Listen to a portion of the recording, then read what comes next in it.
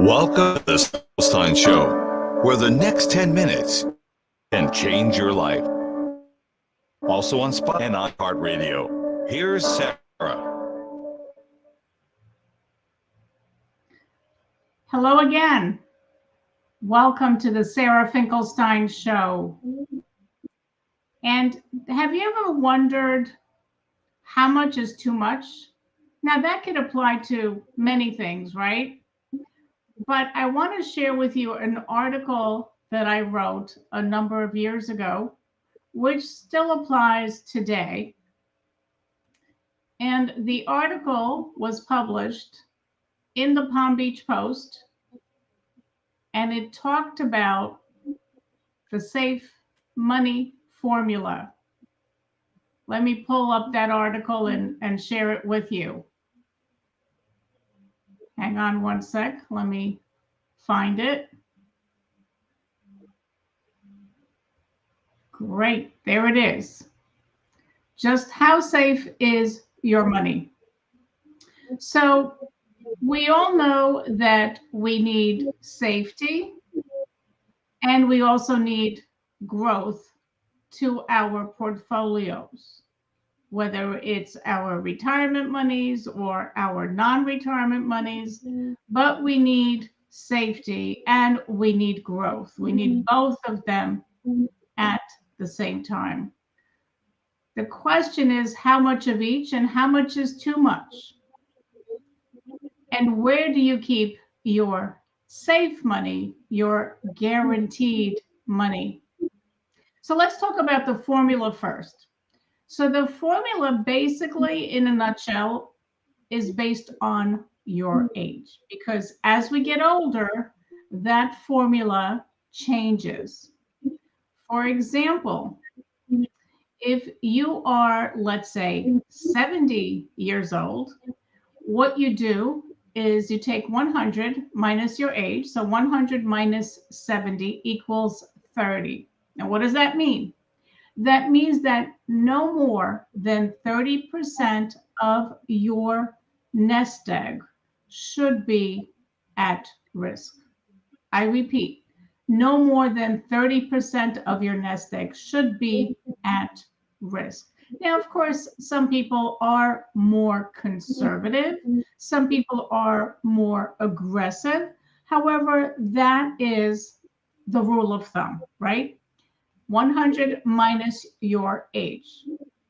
What if you're 20 years old and you apply the safe money formula? What happens then? Well, 100 minus 20 is 80. That means that 80% of your money could be at risk and just 20% of your money needs to be safe and guaranteed.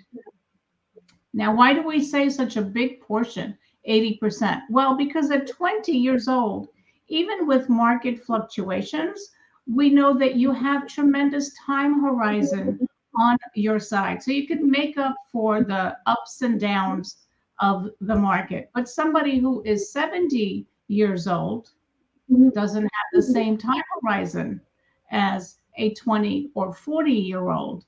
So a 70-year-old needs to be much, much more conservative with their monies than a 20 or 30-year-old, because they don't have the time to make up for losses like a much younger person does. So that is the safe money formula. So we know that a portion of one's money needs to be safe. And where do you put your safe money? Well, some people put their safe money into bank CDs. And let me pull up the other slide to show you. So bank CDs, typically the rates are low. And let me pull up that slide.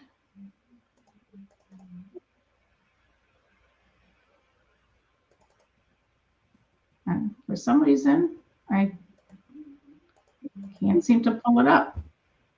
You have to toggle to your PowerPoint.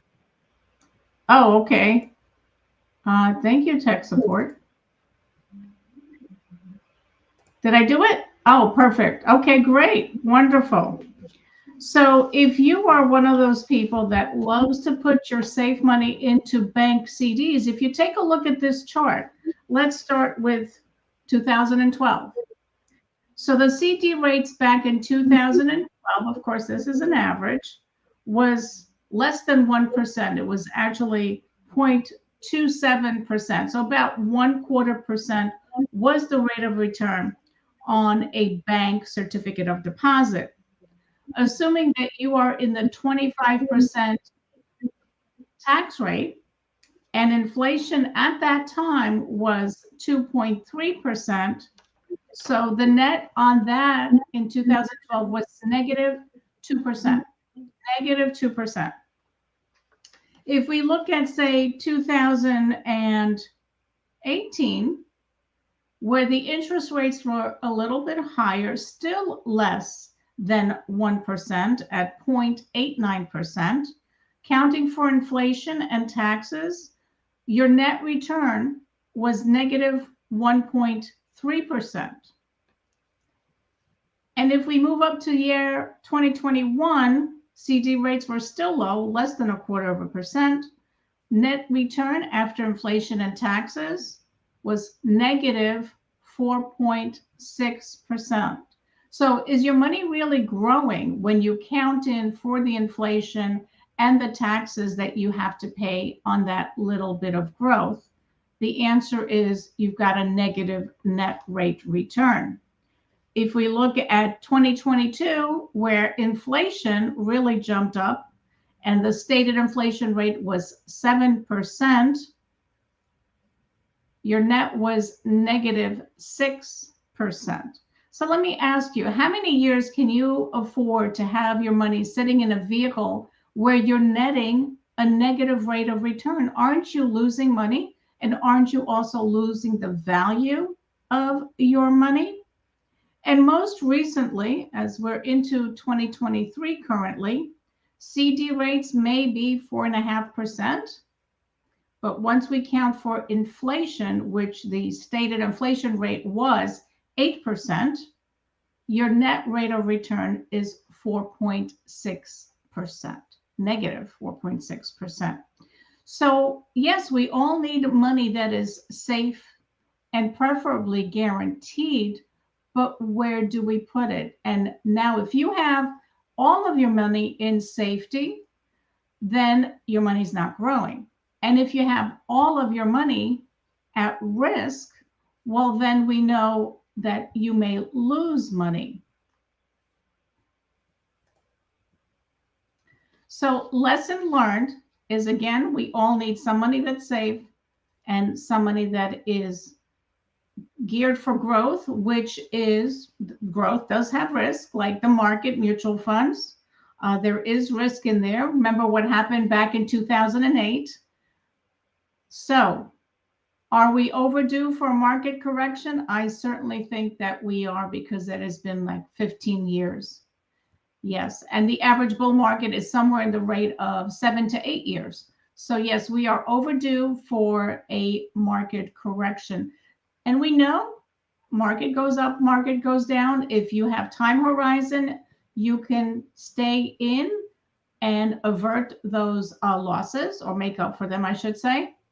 But if you are close to retirement or even in retirement, take a look at what you're doing, because you could lose a substantial amount of money at a time when you need to draw income from those funds. If you have any questions, feel free to reach out to me. I'm here to answer questions via email or text or phone.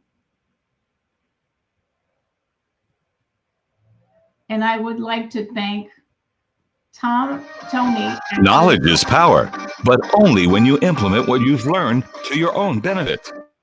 Tune in next time for even more powerful tips on the Sarah Finkelstein Show.